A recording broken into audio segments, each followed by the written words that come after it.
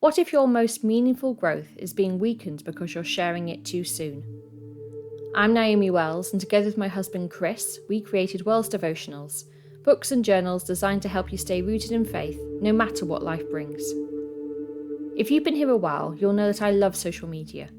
I love the way it can connect us across any time zone, across seasons of life, across experiences.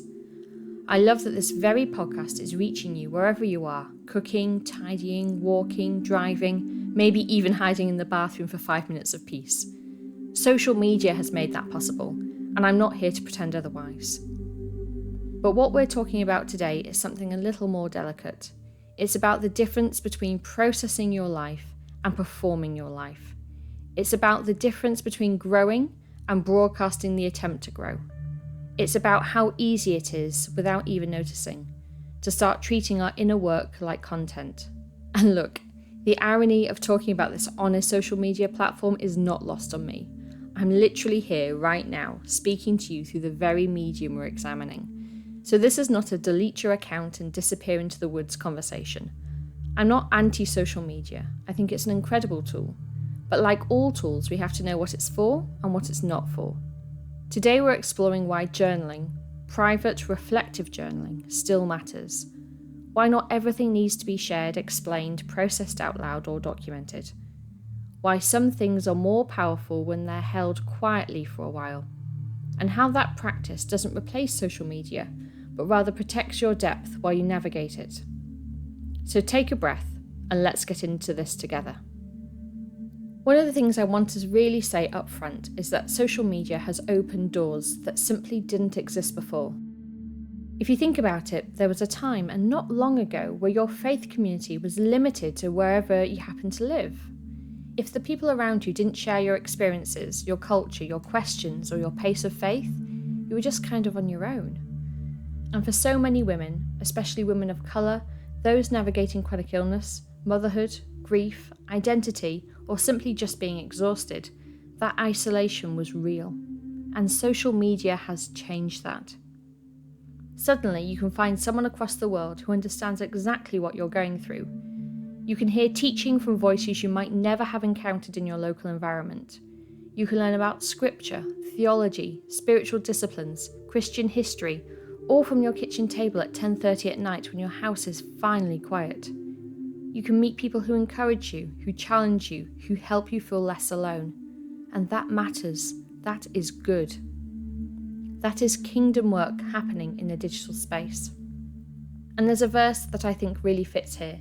It's Hebrews 10 verses 24 to 25. Let us consider how to encourage one another to love and good works, encouraging one another.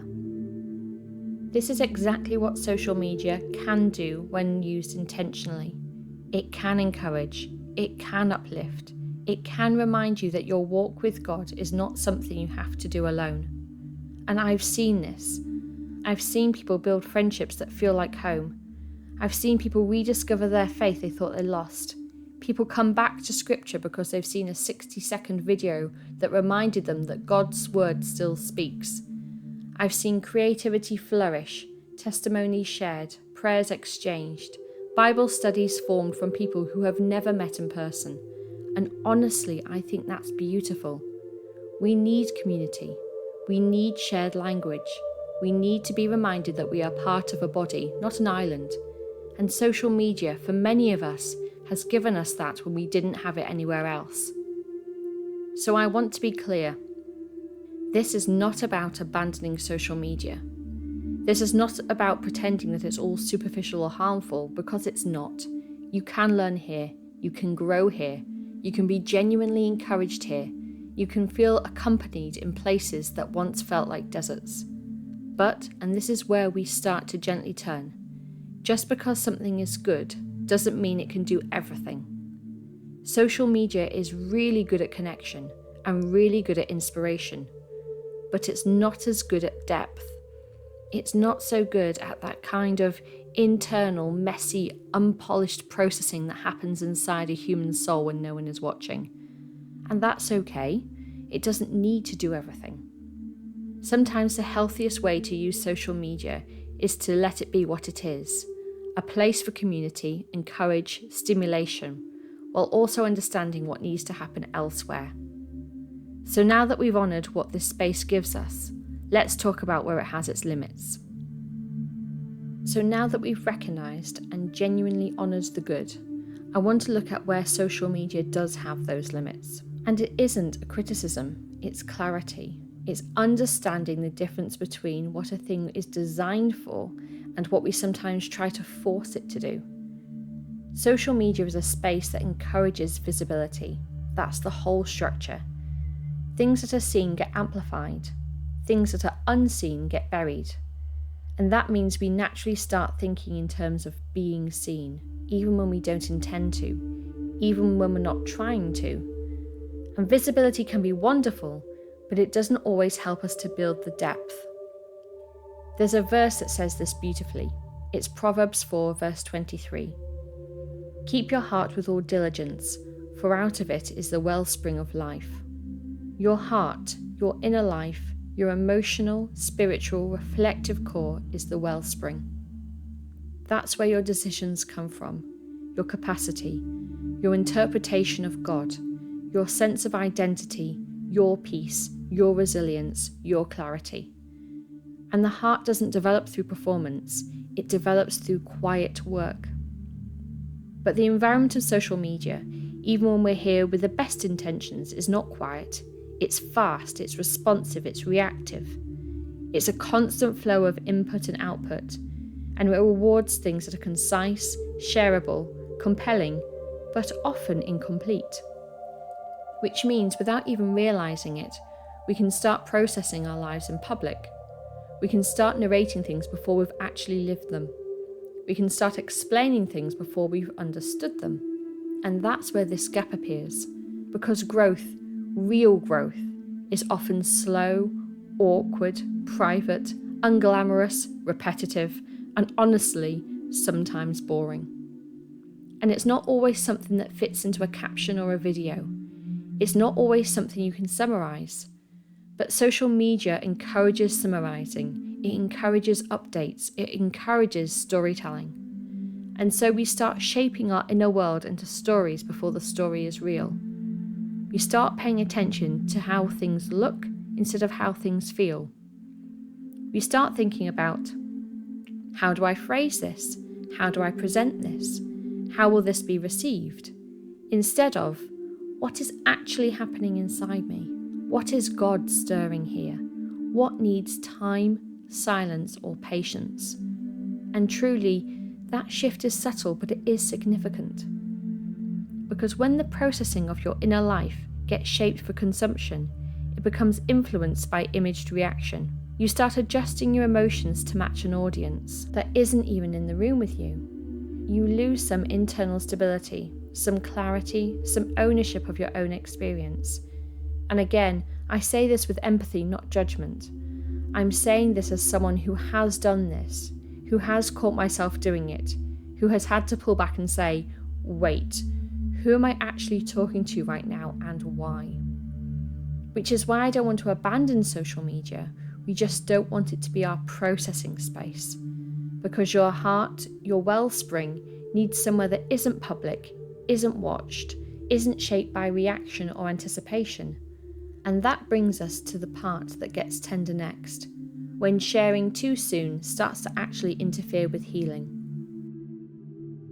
Okay, so now we're going to step into the area where sharing can actually start to interfere with growth. And again, we're not demonizing social media.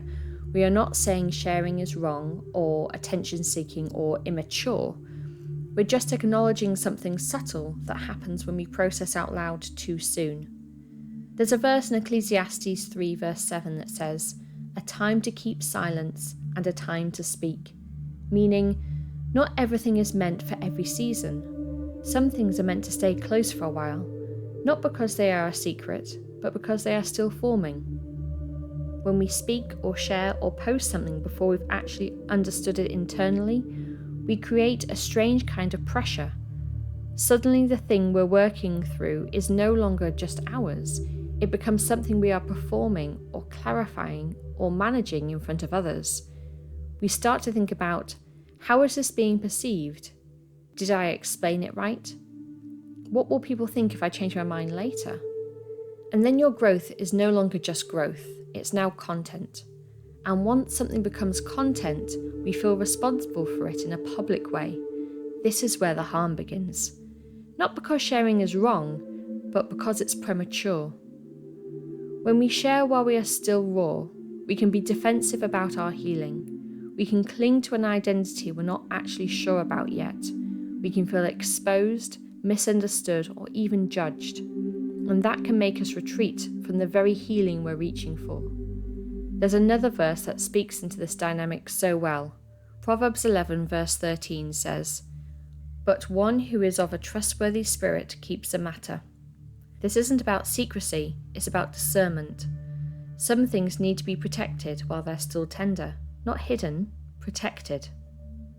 If you imagine a seed, you wouldn't plant it in a clear pot on a stage and shine bright lights on it while it tries to root. The seed needs dark soil, quiet, depth, stability, and time. The first stages of growth happen underground, unseen. In the same way, your clarity needs privacy. Your emotional healing needs privacy. Your spiritual direction needs privacy. Your identity needs privacy while it stabilizes. If you share before clarity comes, you risk shaping your identity around how others respond instead of how God is leading. And again, this doesn't mean never share. It means share after you've rooted. Share from solid ground, not the wobble phase. Share from scar, not wound. Share when speaking feels like overflow, not reaching. There is a time to speak. But first, there is a time to keep something quietly between you and God while it forms strength. And that leads us to something deeply nourishing and steady, the place where inner work actually grows: journaling. So let's talk about journaling, not as an aesthetic, not as a self-help trend, not as a habit you're supposed to feel guilty for not keeping up with, but as a place your inner life can actually breathe. There's a verse that captures the spirit of this beautifully. Matthew 6 verse 6. "But to you, when you pray, enter into your room, and having shut your door, pray to your Father who is in secret, and your Father who sees in secret will reward you openly." I love this because it reminds us that not everything in our spiritual life is meant to be seen. Some things are meant to be held quietly, nurtured, understood slowly, lived privately before being witnessed publicly.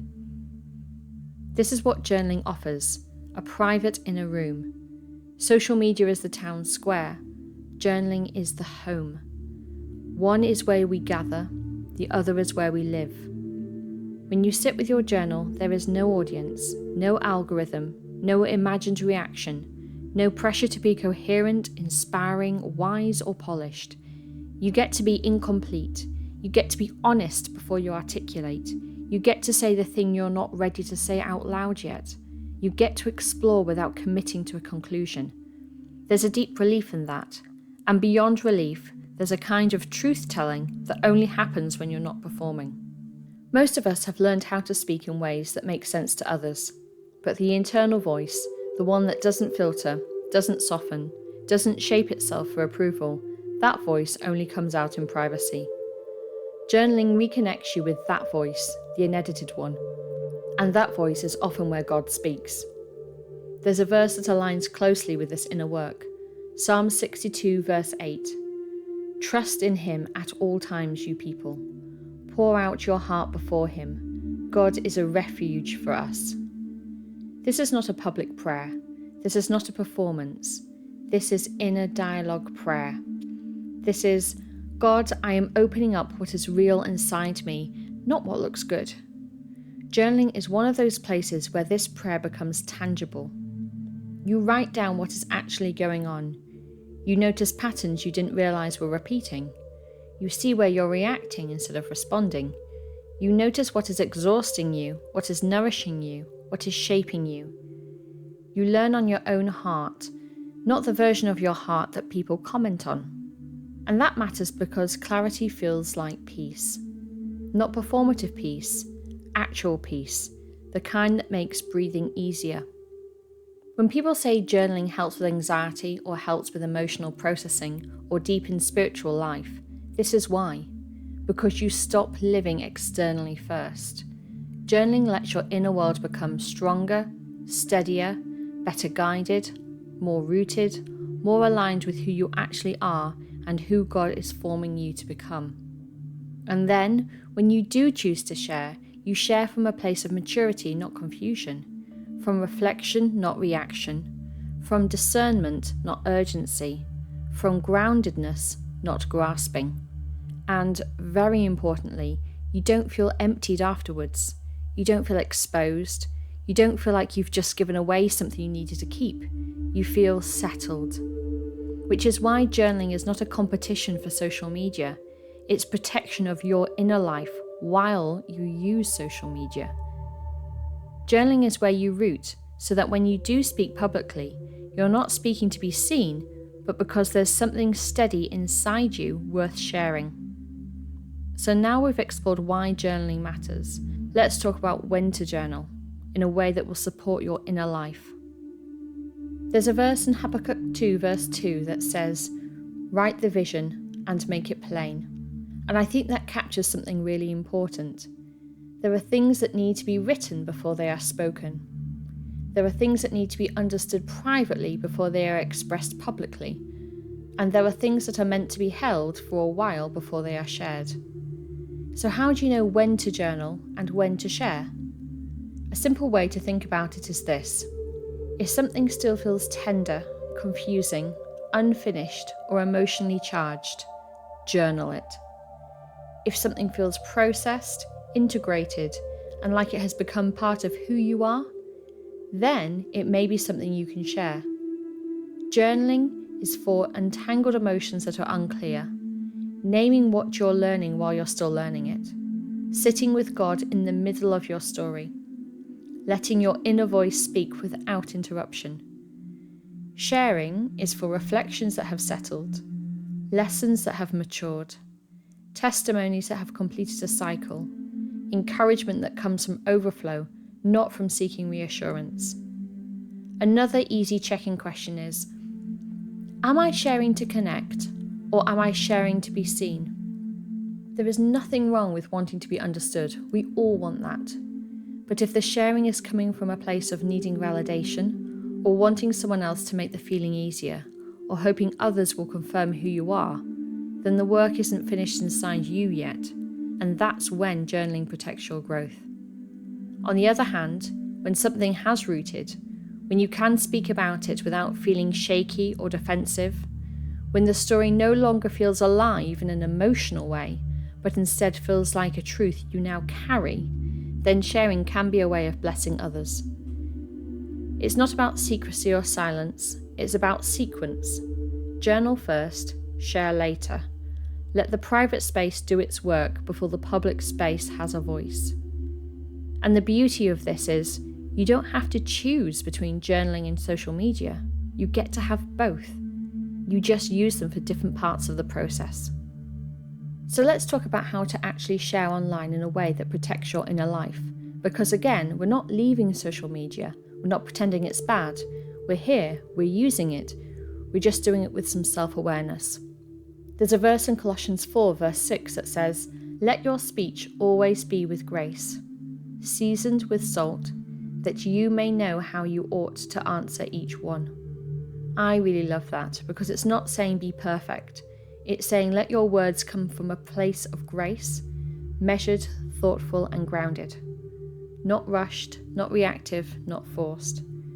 So again, one simple rhythm for sharing is this. Journal first, share later.